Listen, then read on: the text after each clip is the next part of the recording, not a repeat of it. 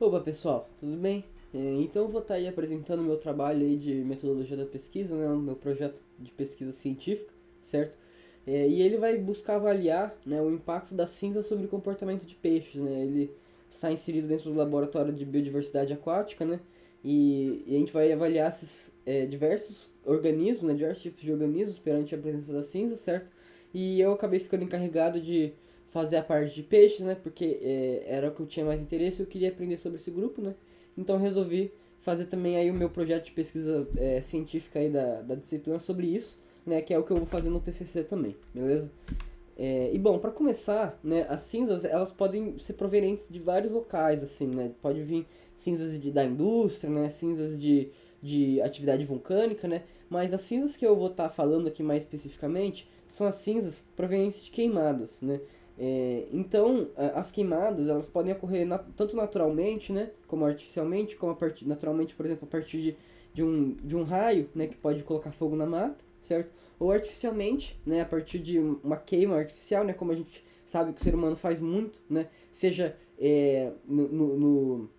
numa plantação, né, para ajudar na colheita, né, ou seja, numa floresta para dizimar a floresta, fazer uma plantação daí, né, ou até como formas de manter o ambiente, né, como por exemplo ambientes de cerrado, né, e ambientes até aqui dos campos sulinos, né, aqui da Serra Catarinense, né, a gente coloca fogo, né, para manejar a quantidade de biomassa vegetal, né, para que essa biomassa não fique tão grande, né, e não cause um incêndio ainda maior, né. Então a gente acaba colocando fogo na mata, né?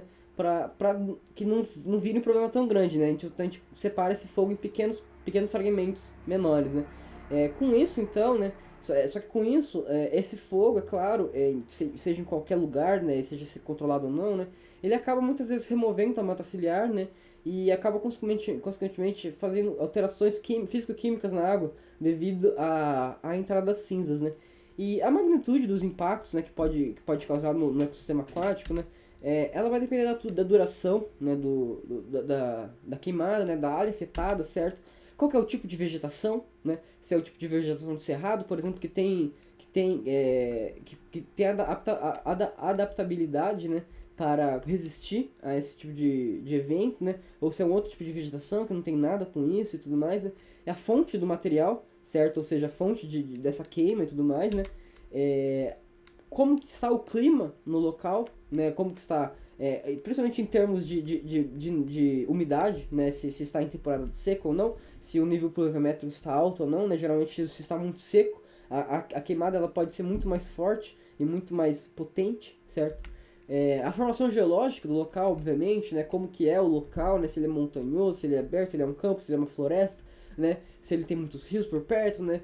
Tudo isso vai fazer a queimada ser mais potente ou não, né? Bom, então eu queria agora falar um pouquinho mais de cinzas em si, né? A cinzas, na verdade, ela é esse material particulado, né? Que a gente encontra como subproduto após uma queima de material orgânico, mas essa queima ela tem que ser incompleta, né? Mas geralmente quando ocorre queima, boa parte dela é incompleta, certo? Porque, como a gente sabe na química, nem tudo acontece de maneira 100%, né? E essas cinzas, elas podem ter tanto origem pirogênica quanto origem petrogênica. A origem pirogênica seria cinzas que são provenientes de fogo mesmo, de queima e coisas do tipo, né? E petrogênicas são cinzas, como eu falei, né? Que são originadas da queima, talvez, de materiais, materiais provenientes do petróleo, né? Como, por exemplo, na indústria, né? Nos carros e tudo mais, né? Isso tudo gera cinzas aéreas também, né? Que a gente não vai estar focando muito aqui, que minha questão aqui vai ser mais queimas, né? É, e essas cinzas, né, elas possuem diversos compostos tóxicos nelas, né? Dentre eles os HPAs, né, que eu vou falar um pouco mais à frente, né? Metais pesados, né, são muito encontrados nas cinzas, sais, né, sal a rodo, assim, a cinza é muito salgada, certo? E outros nutrientes químicos, como fósforo, nitrogênio, potássio, cloro, né? Várias coisas que eu vou estar falando depois também, tá? Mas então o que são os HPAs mais especificamente? Né? Os HPAs eles são compostos lipossolúveis, né, que são originados a partir daquela química completa que eu falei para vocês, né? E eles não são nem um pouco biodegradáveis, como vocês podem ver, eles têm uma forma bem apolar, certo? Então acaba que eles não são biodegradáveis, né? Eles ficam no ambiente por muito tempo, né? E é claro, né, quando ocorre uma queima, você encontra uma grande mistura desses compostos, né, que podem causar muitos efeitos, né, nas populações e tudo mais, tanto indiretamente quanto diretamente, certo? É, Bom, e como que então essas cinzas, como que elas entram dentro da água, né? Bom, na verdade, a grande parte do- das cinzas que entram na água, elas vão entrar pela ação aérea, né? Principalmente as cinzas que são de indústria, né? E de provenientes da queima de petróleo, né? Para gasolina e tudo mais, né? Elas vão entrar principalmente através da ação aérea, certo? Mas boa parte das que entram nos riachos naturais e tudo mais, né? Elas vão entrar pela ação da lixiviação, né? Que é o carreamento dos nutrientes do solo, né? Do próprio solo, né? Tudo pela ação da chuva, né? Para o córrego mais próximo, o riacho mais próximo, o lago mais próximo, né? E claro, né, que algumas coisas acabam aumentando essa ação da lixiviação, né? Como, por exemplo, não ter a mata ciliar, né? Vai acabar acarretando um aumento muito maior na entrada de cinzas, né? E também depende de quão impermeabilizado é o solo onde está encontrado, né, essas cinzas. Se for um solo de, de, o solo urbano, por exemplo, né, de asfalto, essas cinzas vão ser carregadas muito mais facilmente, né, como a gente sabe, certo? E essas cinzas eventualmente então vão acabar entrando no corpo d'água, né? E vai causar uma série de mudanças drásticas, né? Porém efêmera muitas vezes, né? Mas mesmo assim, mudanças drásticas, né? No que né? Em vários componentes físico-químicos da água, né? A gente já sabe que o pH, né? A turbidez, que na verdade é o contrário da transparência, né? É quão difícil está da luz passar, né? Ser transmitida, né? Através desse corpo d'água, né? Então a turbidez vai aumentar também, né? Como eu falei para vocês, né, a gente tem muitos nutrientes dentro das cinzas, né, então vai aumentar o nível de nitrogênio, potássio, fósforo, cálcio, um monte de outros nutrientes, né. Nível de carbono dissolvido também vai entrar, porque como eu falei que essa queima é incompleta, né, é claro que essas cinzas elas possuem também então muito carbono nela ainda, né, que não foi queimado, né. A condutividade elétrica, e esse é um fator que a gente sabe que sempre aumenta, né, justamente pela entrada desses outros nutrientes, né, vai acarretar indiretamente um aumento na condutividade elétrica, que é muito importante, principalmente para o fitoplâncton, né, e para as macrófitas, né, que são seres que produzem o próprio alimento, né, e a concentração de metais pesados na água, como eu já falei, né, diversos metais pesados, como chumbo, e acho que também bastante que entra também é alumínio, né, que é um metal pesado bem tóxico, né, e esses metais, é claro que eles também vão causar um certo efeito também nos organismos, né, dentro da água. Também vai ocorrer a diminuição da entrada de luz, né, como eu falei, por causa da turbidez, né, e consequentemente também com a diminuição dessa entrada de luz, né, vai diminuir a fotossíntese, né, e consequentemente vai diminuir o oxigênio dissolvido nessa água, né, porque o fitoplâncton, né, as macrófitas, eles vão deixar de, de dar como subproduto, né, esse oxigênio dissolvido, certo? E aí acaba que pode até acontecer eventos de mortes muito grandes, né? No caso, mortes de muitos indivíduos, né? Da noite pro dia, né? Como a gente fala, que acontece também com o fenômeno da eutrofização, né? Que é quando amanhece e tá aquela banda de peixarada, né? Tudo morto na superfície da água, né? Quando ocorre esse evento onde o oxigênio dissolvido está muito baixo, né? E ele pode ocorrer, seja por eutrofização, né? Mas pode ocorrer também, nesse caso aqui, se for uma introdução muito severa de cinzas, né? Ou de algum outro poluente, tá? Na comunidade, né? Por assim dizer, acaba que aumenta muito o número de espécies resilientes, né? Como a gente sabe dentro da ecologia, quando um impacto acontece em algum ambiente, né? O número de espécies resilientes ela vai aumentar, porque esse impacto vai facilitar a presença delas ali, né? Porque vai provavelmente matar ou dificultar muito a vida das espécies que não são resilientes, né? Geralmente espécies nativas, né? São assim, né? Então vai favorecer também a introdução de espécies invasoras, né? No local, né? E tudo mais. E vai então aumentar o número de espécies resilientes nesse local e também a quantidade, né? De indivíduos de cada uma dessas espécies, né? A biomassa de algas ela vai aumentar muito a curto prazo, como eu falei para vocês, né? Como aumenta muito a questão de nutrientes, né? Vai aumentar muito então a biomassa de algas porque elas vão fazer muita fotossíntese. Só que isso não vai ser, vai ser cessado, né? Porque também vai aumentar a turbidez e elas não vão conseguir mais obter luz, né? E a partir desse momento vai acontecer aquela quebra brusca que eu falei pra vocês, né? Na oxigenação do rio, né? Do lago, que seja, né? E vai acontecer uma morte em massa dessas algas também, dos peixes, de todos os organismos que estão ali presentes no local, né? Como eu falei então também, né, a mortalidade de organismos não tolerantes vai aumentar muito, né? Isso vai favorecer espécies invasoras, né? A diversidade, né, vai diminuir, vai ser diminuída. A diversidade como um todo, assim, né? É aquela diversidade que a gente aprende nas aulas de ecologia de comunidades, né? A diversidade alfa, diversidade beta, diversidade gama, vão tudo diminuir, né? Como eu falei para vocês. E alguns comportamentos também, agora mais especificamente do meu trabalho, né? Mas alguns comportamentos dos peixes, né? Também vão acabar diminuindo, certo? Como a atividade natatória, né? A colisão de cardume, que é, na verdade, o quão próximo está os indivíduos do cardume entre si, sabe? E a eficiência na captura de presas, né? Que são aqui as medidas que eu vou estar analisando, certo? E isso tudo a gente acha que pode acontecer talvez pelo entupimento das brânquias, entupimento direto, né, das brânquias dos peixes, né, devido à presença das cinzas, né. Então as cinzas vão lá e vão diretamente entupir as brânquias dos animais, né, porque eles vão estar respirando ali e tal, vão estar respirando esses compostos, né, só que esses compostos vão estar entupindo as brânquias do animal, né, e aquilo vai causar diversos sérios de efeitos, né, dentre eles desde mortalidade, né, algo muito mais severo, como a alteração em diversos comportamentos, seja reprodutor, seja predatório, que seja, né? Que isso também vai acabar diminuindo o fitness, né, do animal, certo? Então, pra mim aqui, né, como eu falei pra vocês, eu acabei escolhendo os peixes, né, pra analisar perante as cinzas, né?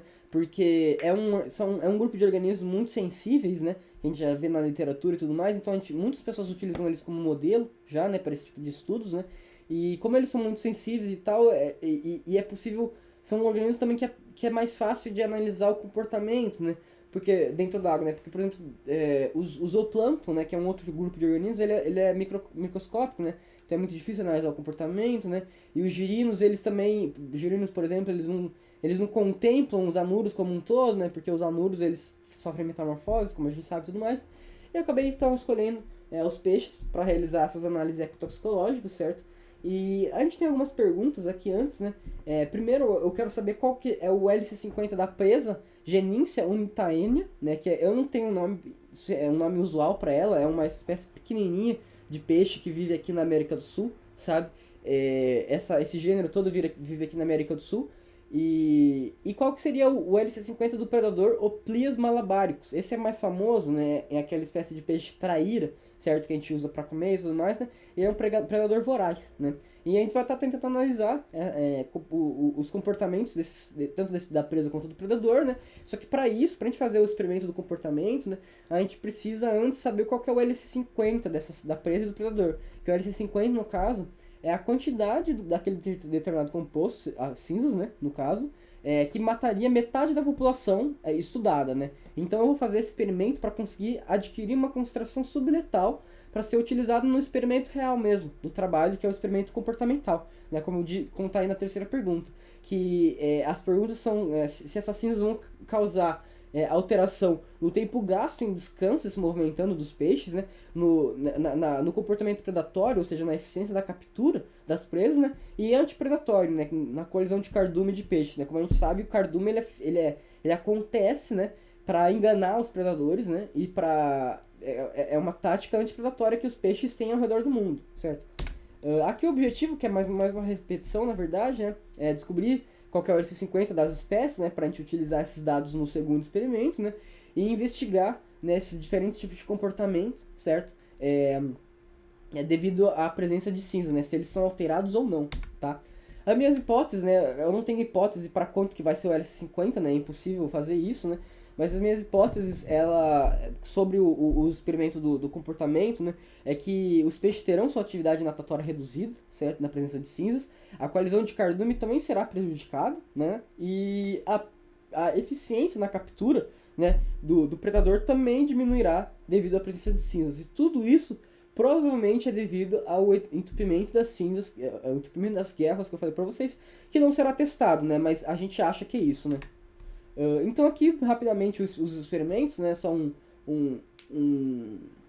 umas figuras aí para entender melhor, né? O primeiro experimento, né, o experimento preditor, como eu falei para vocês, né, que ele visa identificar o L50 dessas espécies, né? A genísia é essa aí da esquerda, esse peixinho carismático amarelo aí que tá na esquerda, enquanto a traíra é esse feioso aí da direita, né, predador voraz, certo? E identificar o L50 perante as cinzas, né, claro, né? Ele então será realizado com 4 concentrações diferentes de cinza, né? A gente não decidiu ainda se vai ser 4, 5 ou 6, né? Talvez seja 6 para dar maior robustez, né? Mas por enquanto tá em 4, né? Onde vai ter 10 replicatas cada, com 20 peixes da genísia, em cada um desses tanques, né? E apenas uma traíra, né? Para fazer o L50 da traíra, certo? Em cada tanque, certo? E a taxa de sobrevivência perante as cinzas, então, será medida em cada uma das concentrações. Esse dado ele vai ser utilizado para a gente conseguir, então, uma concentração subletal para fazer o segundo experimento, né? Então, uma concentração que não mataria os peixes, mas que poderia causar impactos não letais, né? Como já diz o nome, certo? Então, impactos comportamentais, no caso, que a gente está tentando estudar. Bom, então para explicar esse segundo experimento aqui sobre o comportamento, né? A gente vai colocar, como eu falei anteriormente, né? 20 espécies de genísia para cada um dos tanques, né? E tanto essas genísias, né? Quanto as traíras, certo? Eles vão ficar cerca de 4 horas em cada um dos tanques antes da gente começar as filmagens, né? Para que eles se habituem ao local, né? E não fiquem estressados, certo? Então a gente vai colocar esses organismos nesses tanques, né? A partir disso, como eu falei, a gente vai filmar com uma câmera normal, né? E os dados, né, vão ser extraídos talvez ou por trabalho direto humano, né, no caso meu, que eu vou ter que ficar vendo ali essas mudanças, né, e tal no comportamento, né, vou ter que ficar anotando o que eles estão fazendo e tudo mais, né, ou talvez por inteligência artificial, né, a gente está falando com um grupo de pesquisa ali que trabalha com zebrafish lá no Nordeste, né, e eles estão fazendo um programa, um software, né, para fazer essas análises todas com auxílio da inteligência artificial, porque não precisa um ser humano lá ficar atrás e contando tudo aquilo, né. Então, com isso, né, a gente vai fazer 10 replicatas também, né, um com concentração subletal de cinza, né, um tanque com concentração subletal de cinzas, enquanto que os outros tanques vão ser controle, né, sem cinzas, certo? E desses dois tanques, né, a atividade natatória, né, ou seja, o tempo em descanso, como eu falei, né, ou se movimentando, né, a eficiência na predação, né, ou seja, a porcentagem de sobrevivência das presas, certo? E a coalizão de cardume, né, o número de indivíduos a mais de 10 centímetros do cardume, né, eu vou, vários momentos eu vou fazer um frame, né, eu vou pausar o vídeo e aí eu vou contar, por exemplo, quantos indivíduos estão a mais de 10 centímetros do cardume, né, e isso quer dizer que tá ruim ou não a coalizão, certo? E a partir disso a gente vai comparar esses dois resultados, né, do controle e com a concentração subletal, certo? E aí, a partir disso a gente vai ver se existe diferença significativa, né, estatisticamente falando, né? E é mais ou menos isso que a gente vai tentar investigar, né? Para ver se a gente consegue encontrar, então, impacto, né, das cinzas sobre o comportamento de peixes, né? A gente acha que provavelmente vai encontrar, pois a gente já sabe que muitos outros poluentes eles geram esses impactos, certo? E as cinzas não tem por que não gerar também, até porque tem muitos poluentes dentro das cinzas, né? Subpoluentes, por assim dizer, certo? Mas é isso, pessoal. A minha apresentação termina por aqui. Passei um pouquinho do tempo, mas acho que não tem problema. E eu desejo aí um ótimo fim de semana para todo mundo. Tchau, tchau.